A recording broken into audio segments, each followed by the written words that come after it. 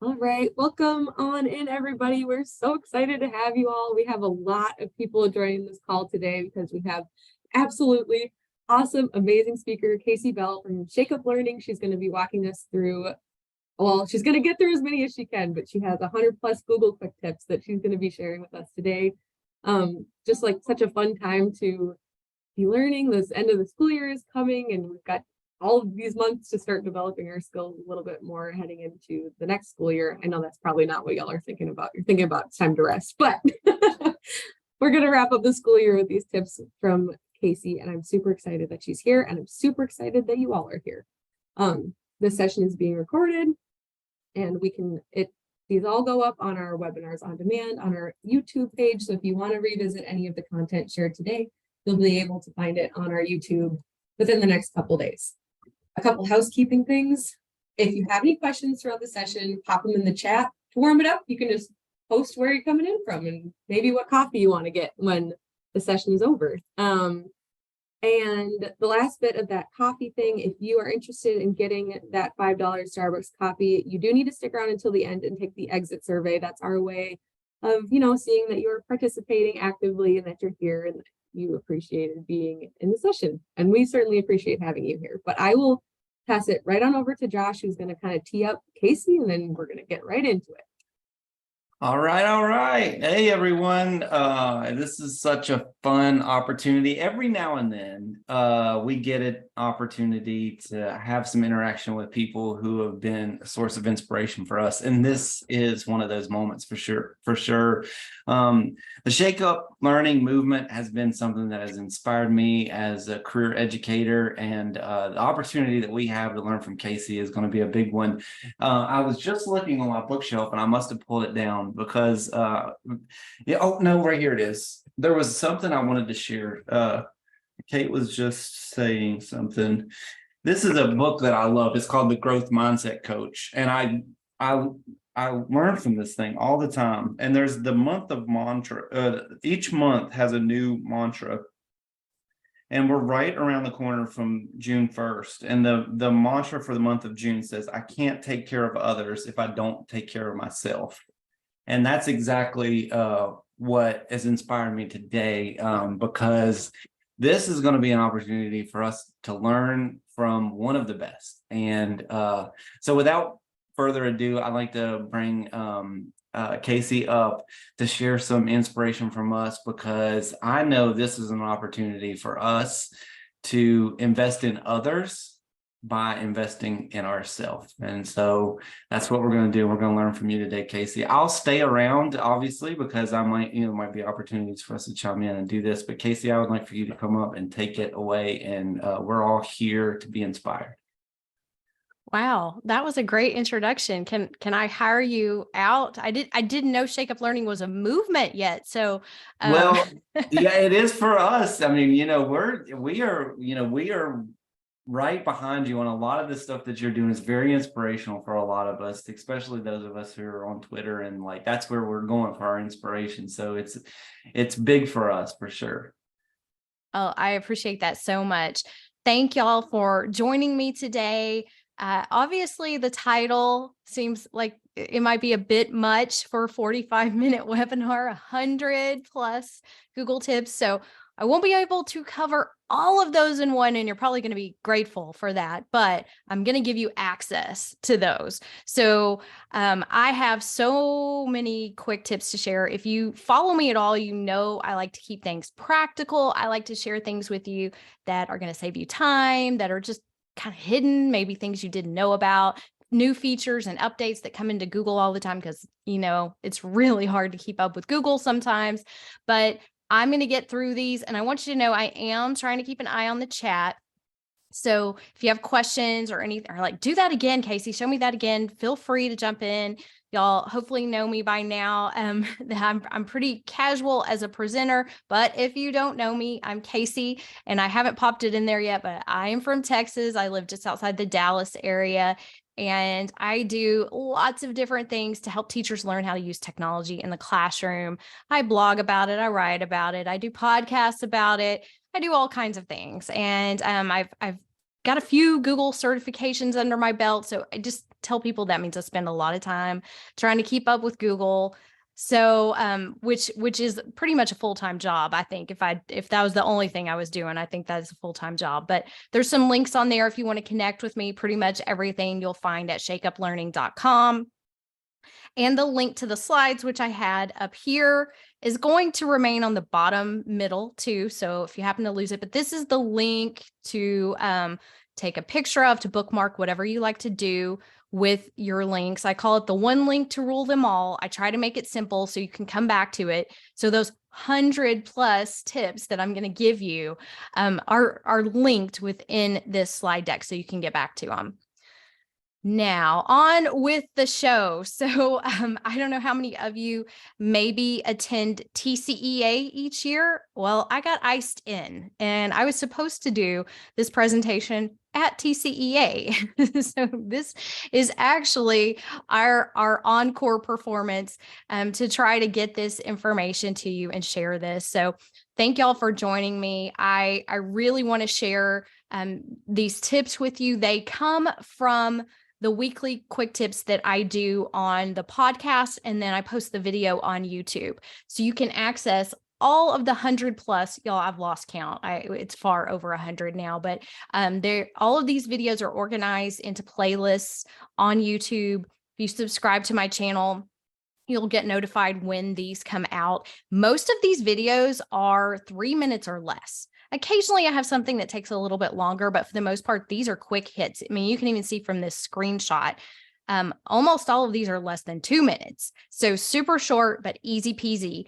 And because people have a hard time navigating playlists sometimes, I also created a really long Google Doc that has all of these linked here by the different app. So you can come back to this. And this is a living document. So I add to this as I create new tips. And you'll see there, like obviously Google Classroom, there's a lot of tips, maybe fewer tips on things like Google Keep, but this is always changing and growing. I just tried to make it accessible. So just FYI, don't make a copy of it. Just use that add to my drive button. And there's some directions at the top of that page. So if you're following along on the slides, just click here and you can open it up. And that way you'll get the updates in your document as well. All right. The first thing I want to talk about is not necessarily Google Classroom, but I want to give you an opportunity in the chat to tell me what app you want me to cover first. So I have Google Classroom, I have Google Docs, I have lots of Chrome tips. What do you want first? Classroom. I had a feeling. Sheets. Ooh, that one is not one I get requested as much. Chrome. Classroom, Chrome, okay. Docs, Chrome, Chrome may be coming up with Classroom. Jamboard. Okay. Chrome, okay. I don't actually have as many in this slide deck for Chrome as I do Google Classroom, but I am going to skip. It does seem that Chrome is kind of winning the day right now. So let's jump to Chrome and we'll jump around. Like I said, even within the slides I prepared, I may not get to all of these, but you have the slide deck, so you can come back to these as well. And I have embedded those video tips to come back to. So here's my spiel, the thing I always say about Google Chrome. Google works best with Google. And if you're not already using Google Chrome, then you're making a mistake in terms of using Google. They work better together and you will have a more seamless experience. And that being said, there are tons of things. Every time I go into Chrome, in fact, I probably need to spend some more time upping my Chrome skills these days because they have added so many new features. But the first thing I want to show you, I think is still, I don't know if it's number one, but if it's not number one, it is the number 2 most viewed quick tip video in my YouTube channel. And that's a good question. Google Meet is not everybody's best option, John, but I will leave that up to the folks at Trafera to talk about that. So the link to the slideshow is down at the bottom of the slide, shakeup.link/Trafera. But let's talk about your Chrome bookmarks bar. So can everybody see my bookmarks up here right now? So you see some icons, you see some words, you see some folders. So this is a really handy bar. If you're not using this or you don't see it, you can come up to your three dots, go to bookmarks, and mine is going off the screen here, but you want to check where it says show bookmarks bar. And that way you can at least see this. Now, here's the next thing. I always get asked, how do you get, so you see these like first 5, they're all just down to what's called the favicon or the icon for those apps, which is great if that means something to you. So Google Classroom is right here at my fingertips. Now, here's how you do it. I actually have Google Classroom open right here. And when I want to put something in the bookmarks bar, I click and drag. And so what I do is I come up here, and it's usually a lock for those secure pages. You may also see the icon right there. Click and drag to add it into your bookmarks bar. Okay, that's the first thing you're going to do. And then if you just want it to show just that little icon, right click, go to edit, and delete the entire name. And then you're going to click save. And that's going to take it down just to the icon. Now, here's the thing. I may have multiple Google Classroom bookmarks that look the same. So I may still want to have some kind of word there, maybe even shorten it. But the fact that you can edit it and not take the default name is super helpful.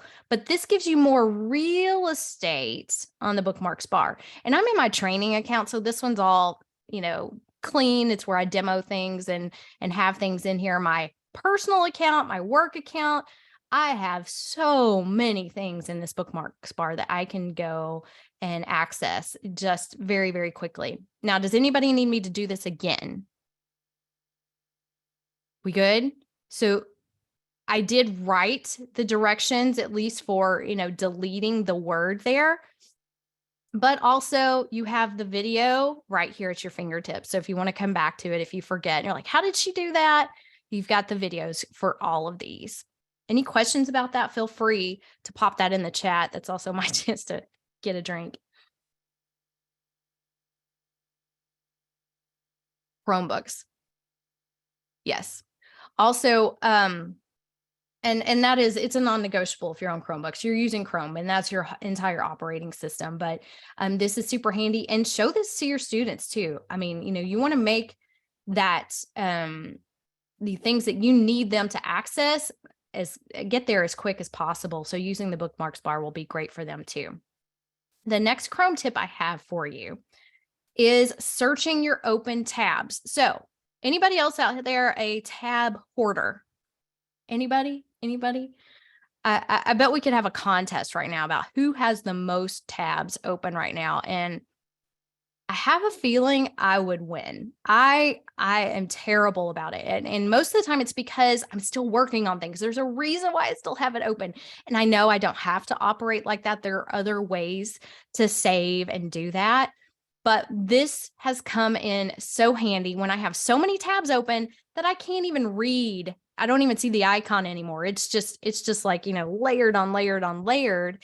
And I can search them. So if you didn't know this, in the top right-hand corner of Chrome, so this is kind of a screenshot in dark mode, but if you hit this little drop down, there is a search, and then all of your open tabs are listed behind it. So you can search. I do this also when I am toggling between tabs, just because I can't even get to them sometimes where they are. Y'all now know how messy my tabs will look. But it is super easy. In fact, let me see if I can move my Zoom bar a little bit out of the way. You probably can't see that, but it was right in the way. Here is the drop down. And so you can search those tabs.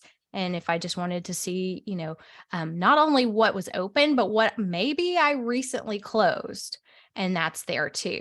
So that is super, super handy if you haven't made use of searching your open tabs. Now, if you only have 3 tabs open, you probably don't need that, but this is it. We have somebody who's going to beat me on the tabs, it seems. All right. This next tip actually turned out to be way more popular than I thought it was going to be. I knew it was helpful, but I wasn't really sure if teachers were going to really pick up on how helpful this is. And bear with me because the title of it is a mouthful. Share link to highlighted text on a web page. So when you are sending students to a web page, a lot of times there is a tremendous amount of information on one page, right? And you may be sending them to read something or just to find one little paragraph. And you can actually create a link inside Chrome that will give them not only a link, but it will highlight the portion you want them to see on that page, which is just tremendously helpful. So to do that, let me open something else up here. I've got go figure shakeuplearning.com open on another tab. And if I come in here and I just select some text and right click on it, control click or right click, you're going to be able to copy link to highlight. Okay. And then when I open a new tab, which by the way, keyboard shortcuts save your life here, Control or Command T, new tab, I'm going to paste that in here. And not only does it open it, it like goes down to that part of the page. I didn't even have to scroll because this was not at the top. And there it is highlighted on the page. Super simple. Yeah. Drop this link into, your instructions, put it in an email to a student, put it in an assignment for students, use this. Super, super easy, nothing fancy about it. And it happens so fast. Sorry, I don't know what's going on right there. But yeah, I do have a screenshot here. And of course the directions. And then if that's not enough, you can watch the video. Oh, wait, the video on it. Did I put the video? The video's on this page. So I have everything linked here in case you forget, but copy link to highlighted text is super, super useful. A lot of times we are just bombarded with so much information. If I want to get somebody to pay attention to one particular thing that's huge, then that's where we'll go. All right, next up, this is the thing I should be using more, and I'll tell you why in a second, why I don't use it as much as I wish I did. This is called tab groups. Now, for years in Chrome, there have been various extensions that allow us to kind of organize our tabs in certain ways. And I have used many different ones. Tab Cloud was one I used for a while. I don't use it anymore, but I do use One Tab. I don't know if anybody else uses One Tab, but that one, I actually have this one up here, this little funnel, and I'm not going to click it because I'm going to lose my presentation, but in one click, it will close all your tabs and save it. So sorry, you got an extra tip. That is One Tab. But tab groups allow you to color code and group tabs together as you're working. So for instance, I have my presentation here, and if I right click on it, I can go to add tab to new group. All right, now I can add this to my group. So I need a collection of tabs for my presentation today. And I don't want it to be this default gray. We're going to go pink, and I'm just going to hit return. So now I've added one tab to this group. All right. I also have Google Classroom open because I'm ready to answer those questions. I'm going to right click, add tab to group, and now my groups are here. So I can have multiple groups, multiple colors. And let's just say, because I did open something extra, I'm going to add, sorry, this one's going off a little bit. I'm going to add a new group, and I'm just going to call this, say, research, and make it blue, just so you can see the difference in the colors and how it begins to group them. So it just kind of shows you which one is open and which tabs are included in that. And this is not an extension. This is built into Chrome. Right click on the tab, go to add tab to group. And there, I just added another one. Yeah. And Chrome has been building a lot of things into the native application that we used to have to do with those extensions. So I'm sorry, I may have confused you when I started talking. We could have spent the entire time just talking about extensions, but this is specifically something that is working inside of Chrome without anything extra. Questions about that? Okay, good. The extension that I did mention, the little funnel up here, it's called One Tab. I love it. It's great for somebody like me who needs to save my tabs, especially when I need to reboot my computer and I don't want to lose everything. And the reason why I don't use tab groups as much as I want to, I lose them. So it doesn't keep them. I don't know if I'm doing something wrong or if it's just the nature of the way I work. It doesn't like me very much, but if I could keep them like I did with some of the previous extensions that I've used, I think it would work better. I think we're just not there yet. But it is handy as you are organizing your information as you go. All right. Okay. Those were the Chrome tips I had prepared. Y'all want to jump to Google Classroom next, since that seemed to be the second most popular? All right, because I only have so much time. Look at all these tips in here. Let's go to Google Classroom. So I am assuming most everybody in here uses Google Classroom. Feel free to give me a yes in the chat. Thank you, Shannon. I know a lot of them don't, and I'm sorry if I'm jumping into something not everybody has access to, but these are pretty easy tips if you are a Google Classroom user. The first one is a little bit hidden, and I don't think people know the power of this. And it is the way you can copy a link directly to one particular assignment. So not just linking to Google Classroom or a specific class, but to one specific assignment. So when you are in Google Classroom and you are at that assignment, if you go to your three dots, there is a copy link option there. Then you can paste that link into the email that you're sending to students, or if you teach younger kids and possibly parents who are helping students at home who are working. And y'all know the classwork page, it gets long. And so trying to find that exact assignment can really be cumbersome sometimes. So being able to copy that link and put it somewhere else. And then I know a lot of people even who use Google Classroom, but use it with other things too. And so bringing those things together can be helpful, the ability to get that link and put it somewhere else. And that's the video that will show you how to do that one. And the other thing, this one's super simple, y'all. I don't know if everybody realizes you can put emojis into your topics and your assignments. I don't know why. I do know why, but emojis just make things a little bit more fun. They make them more visually driven. And so being able just to add that one little extra thing can help out.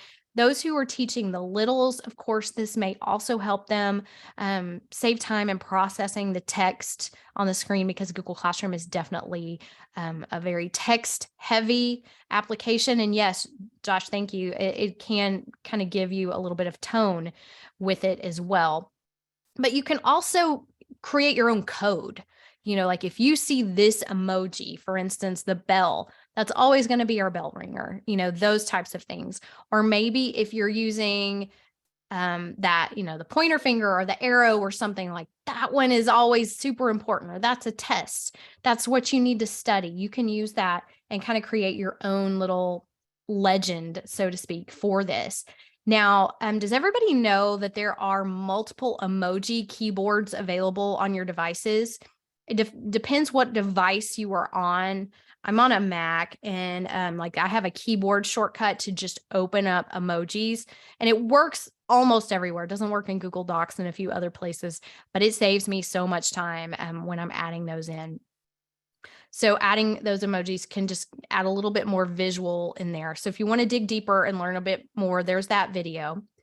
This one is how to use Google templates and assign. And I created this, excuse me, this video out of a need, because if y'all subscribe to my blog, you know that I share a lot of free templates. And I can't tell you how much my inbox fills up with people requesting access.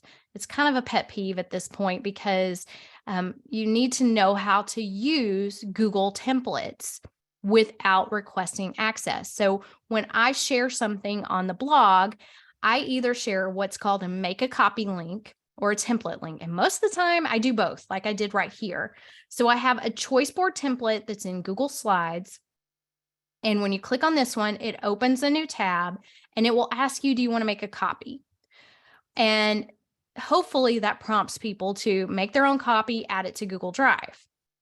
However, the the thing that sometimes happens is people are like, I don't know what I'm making a copy of because this doesn't really show me. They see a screenshot here, but that's not enough. So the template link lets you actually see what you're making a copy of, and it has a button that says use template. I love the template link better than the make a copy. It's just that this one doesn't always cooperate on mobile. So that's why I do both. When you make a copy, it names it, make a copy of. And when you use the template link, it doesn't do that. So if the make a copy thing drives you crazy, this is another alternative. But once you get this far and you have clicked on make a copy or you click on use template, then it's adding that copy into your drive and it's yours. It's no longer connected to me at all. Here it is. You can use it. And now it exists in your drive. And when you go to Google Classroom, you can attach this file. Now, a lot of y'all might be advanced users and you already know this, but I cannot tell you how many times around Halloween, people use my Halloween magnetic poetry template and they assign the one that I am the owner of to their students. And my inbox fills up with the weird like student email addresses, last names and student numbers and all that. And they're all requesting access because you can't share it if you don't have the access to do that. So this is what you need to do. Okay, Michael, please show how to set up the template. I'm not sure what you mean by the template. This I created that you can use. Okay, so I can show you how to make the links, but these links don't matter to you as the teacher using Google Classroom. You won't use these types of links with students. You use these because I'm an outsider sharing them with you.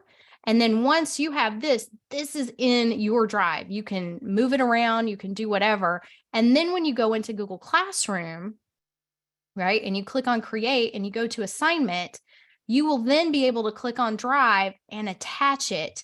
It's there. Okay, that one is yours. Make sure you're not going into shared with me, and I can do a whole spiel on shared with me too. But that's how you would add that into Google Classroom. Okay, how to use the template button. I may not have time to do that one right now, but I will tell you there is a tip on that one too. That one is in the, let me find it and I'll drop it in the chat so you can come back to it. The template link. Now, here's the thing about the template link. That is not for, and Gretchen, I know you said you didn't use Google Classroom. That is not for sharing in Google Classroom. Google Classroom overrides that. And that's all I wanted to say. Let me see if I got it. It's pretty far back. I will come back to this. I think that's going to take me too long. I will come back and make sure you have that. And it's also, I believe, on the list. So I'll show you how to make a template link. Customizing the stream, may not need to do this one. Y'all may be familiar. This was a thing that came up a lot during lockdown when everybody was suddenly having to use Google Classroom for the first time. But the stream page kind of drives people nuts the way it's set up by default. So you always want to come into your settings. It's in the slide deck, Claudia. The list is linked at the beginning of the slide deck. And you come here to where it says stream. This is where you can decide if students can post and comment, only comment, or if you're only going to let teachers do it. I know there are a lot of problems with some of that. If you want to hide that notification, that's the other thing that drives teachers crazy. So you may or may not want to hide that.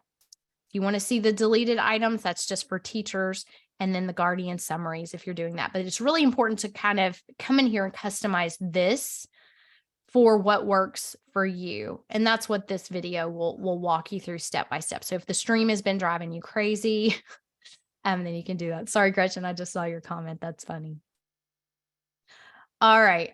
Keep going with Google Classroom. I know I'm already at the 30-minute mark. They said I could keep going a little bit. How many more minutes do you want me to go, Kate?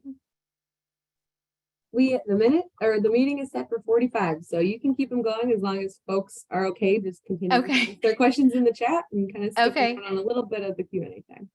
All right. All right. We'll keep going a little bit. Do y'all want to keep going with Google Classroom, or do you want me to jump into, say, Docs? I got a lot of stuff for Docs.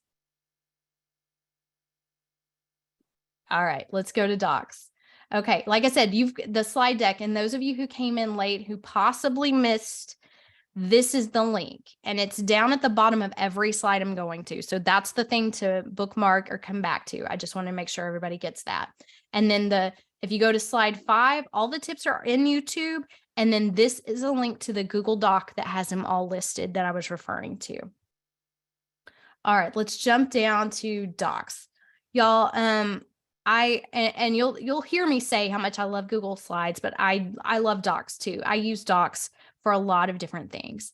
So where are my language arts teachers? Please tell me I have a few. Do I have anybody who needs to know how to do citations or who teaches citations? This is something you need to know exists. And even if you yourself are having to maybe do some graduate work, citations are built into Docs, if you didn't know this.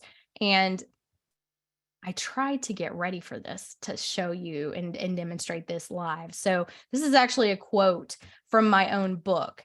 And I threw my ISBN number up here just so I would be ready to do this quickly. But when you're in Docs, go to Tools, go to Citations, and you're going to choose MLA, APA, or Chicago. I'm a language arts teacher. We teach MLA. And then you add your source. And so this is from a book, but you can choose whatever type it is, how it's accessed. We're going to say print. And then I am going to copy and paste this number in here just to show you how fast this is. There's my book, Blended Learning with Google. And then I click continue. And this is where you can go in and add that additional information. Of course, I can also skip it. I'm going to add the citation source, but I'm going to put my cursor right there next to the quote. And it's already added to my list of works cited. Insert the works cited.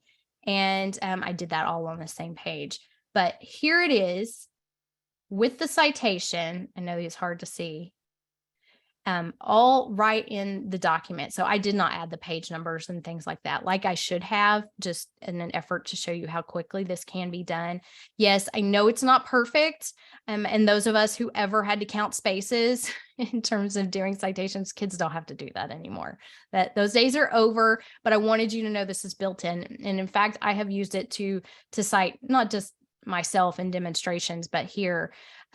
So you can also do let me get this out of the way so it looks better. So you can click cite, and now it tells you to replace it with the page number yourself, but I could say it's on page 25. And this I could put on the new page down here. Here's the works cited. Boom. Super, super easy. Wanted you to know that that's built in. And because this doesn't quite give it justice, but there is a little bit of an animation there for you. And of course, the full video.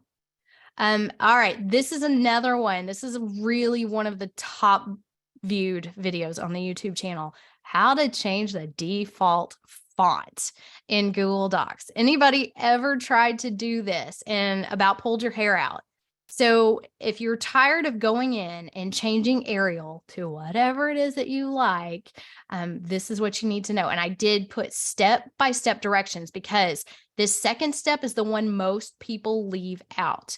And if you want to open a new doc and it to be in the exact font that you want, then this is how you do it. So I do have it in here somewhere. Didn't I open this one up? Let's see. Okay. I thought I did. I'm going to open a new one. And does everybody know this keyboard shortcut?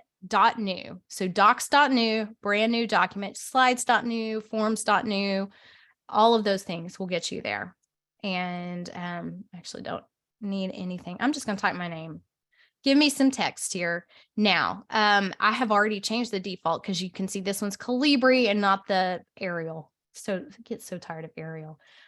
All right. First thing you want to do is type some text, highlight it, and then change it to whatever you want. So let's say I would not want this heavy of text to be my default, but let's just do it so you can see it. And I'm actually going to zoom in a little bit just so you see this a little bit better. And then you're going to come up to styles. Style sets is where it's all at. So you click this drop down. And we're assuming you're setting the style for just normal text. You can also do this for your titles, your subtitles, your headings, all of those things. I'm going to update my normal text to match. Okay. So that now means that whenever I add anything else, it's going to be in this font. Now, here's the second step that people don't know. If you want this to be the font, every time you open your doc, you need to go up to format and you go to paragraph styles, options, and it's going to almost go off the page here. Save as my default styles. That is how you make it do it when you go to a new document. So go to docs.new. What do you see? Anton. There it is. It's my new default font. And if you missed any of those steps, I have them all here, step by step, screenshots, and a video. And George, the best way to zoom in on Chrome is Control plus. Control plus and minus, best friend, especially if you are presenting and doing things like that. So that's exactly how I just did that. All right. I know I don't have much more time left. I am trying to answer questions as we go too, but I want to leave some time at the end. The default font question has come up not only in docs, but in lots of other places. So I do also have directions on how to do this in slides and sheets. You have it in the slide deck. Do you want me to show it? Yes, Val, the link to the slide deck is on the bottom. All right. All right. Okay. Default font apparently matters to a lot of people. Kate, how about I show these real quick and then we'll kind of wrap things up here. Oops. Absolutely. Give the people what they want. Give the people what they want. I don't know. I might be here all day. So let me see if I can jump to Bill slides tips. This is another really big one that I get asked for. Sorry, I didn't mean to click that either. Here's how you change the font. And I tried my best to fit this on a slide because this one's kind of hard to explain. So I'm going to actually do it in a live slide deck so you can see that. But the directions, again, like I try my best to give you as much as I can in the slides so you can come back to this and remember how to do all this after you take a summer break. So, all right, now I'm zoomed in too far. So I'm going to zoom back out so we can kind of see here. And this is the default, right? When you come into slides, you kind of get this generic white with black, which, by the way, this is not bad. If anyone has learned about what readability does to slides and how it helps those who especially struggle, black on white or white on black is number one. And that's generally why most of my slides look like that. I need you to read it, number one. It can be cute all day, but if you can't read it, that totally ruins it. But what we need to do here to change this font, we're just going to pretend like this is the one I want. We're going to go up to slide and edit theme. So this used to be called the slide master. It's now just called the theme. And here's where you can change. Now you can change and make every layout a different font if you want to, but if you want to globally change the font that will affect all of your slides, you do it right here. Now I want to do something real quick. Let me show you something a little bit different. because I want you to see it change. And I have way too much stuff in here. Let's see. What is in here? All right. So this definitely has some different things. This is old. Wow, that's old. Um, so this has a different font, and it really didn't have that many slides in it, but we're just going to add some text here. And I'm going to add, not even showing it over. Okay. Because I wanted you to see it over here on the side, and this even with the subtitle. Now I'm going to go back to where I was earlier, edit theme, and I'm going to change the theme, everything in the theme. So I'm going to change the title style. Get out of here, Ariel. Nobody wants you anymore. And honestly, I get tired of straight black, and I'll even go just like charcoal gray. Still easy to read, but a little bit more style. And we can change it. I just changed it to Calibri, which is still kind of overused. But now I might change my body font to be, let's say, Roboto Light. And I'm also going to make this one gray. Now, here's what happens. I changed it here. I close this out, and now it changes it on all of the slides. So if you've ever had to go touch every slide to change a font, this will save you. Now, here's the thing. If you're not using the layouts and you're like adding your own text boxes, those won't change. Only the ones in those layouts will change. Good? Or do you need me to do it again?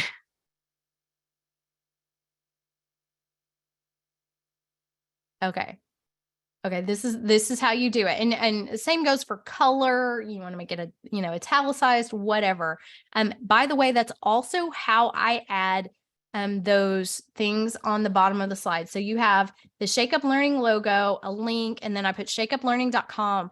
This right here is all in the theme of the slide. I put it in the background so I don't touch every slide and put that in there. So if there's something you want to watermark, you want to put your own brand, you want to put your own business, that's all there for you. Okay. I think Josh is getting ready to cut me off here in a second. No, I'm just I'm easily inspired anyway, but like I'm on page 3 of notes. All right. And the thing of it is I feel like there's a certain element of us, like you can tell that you've been through this the hard way, and we're all getting to benefit from the work that you put in on this. And so I am very appreciative. I want to do a lot more. So I was just jotting down shakeup.link/Trafera so that we can all, go back and spend a little more time browsing through these. This is really, really good. And it occurred to me too, Kasey, that probably I think there's over 100 folks, 121 folks on here right now. A lot of these people are probably your audience that have followed you and been inspired, by your work on Twitter and YouTube as well. So for those of you who are in that category, you may have no idea who Trafera is. And we don't want to sales pitch to this, but just in case you're wondering, like, who are these people that are hosting this? Trafera is the nation's largest reseller of Chromebooks for education. So we're a merger of a couple of different companies, and I think we're still number 1, maybe number 2 of Chromebook provider across the nation. And then some of the stuff that we were talking about, Kasey, this is all stuff that's available in fundamentals, but there's probably things that are on your list that are available in some of the like the upgraded Education Plus or teaching and learning upgrades for Google licenses. So if you're in that category and you want to know more about like how to maybe get to some of those premium features, that's also information that we can provide. Yeah. Let me speak to that for a second. So Sure. Like I said, tips after tips after tips. And when I started putting these out, and more specifically when I started creating those YouTube videos, I think it became kind of the favorite thing. It's like, I've been doing all these other things, but these quick tips, I think a lot of people just really like the help that it gives. Something, it's fast. And so I started focusing a little bit on that. But I also, like I said, try to keep up with Google. And y'all, there's a lot of cool stuff coming. I did a 2-part podcast and blog series on the AI powered Google updates that are coming our way. And if you want to know what's coming, you can click on either of those links. Google created this little image, I think I have it right here, of all the updates. And I have to tell you, because it's kind of a catch-22. Some of these everybody has access to, and some of these are in the upgrades. And so I just want you to be aware of that. And I talk about that in here. And I don't know how many of you out there already have the updates, but I mean, the upgrades is what I should say. The teaching and learning upgrade was kind of like where I think most of these fall. And one in particular, since we had so many Google Classroom users, things like practice sets, which are really going to be helpful, kind of like superpowering your Google quizzes is kind of how I see that. But I mean, just everything. And yes, John, I have actually done lots of things about the safety with AI, and I really like what Google is trying to do in terms of making the privacy more secure for students, and that's included in this as well. So there are 2 links there about those updates. And as Josh was saying, you may want to check out these updates if you don't have them, and they have a way for you to do this. To get a free trial and try these out. So I would definitely take advantage of this if your school has not done that yet. I think schools are going to really begin to make this migration. Josh, do you want to say something to that? I agree with you. It's easy for me to geek out, especially I'm being a teacher by trade. So the teaching and learning upgrades are where my mind goes. But I know that the people that are in my community that are technical, like tech directors, you have like your instructional tech directors, and then you have the technical directors, and they love Education Plus because it does have so much security and just like power management.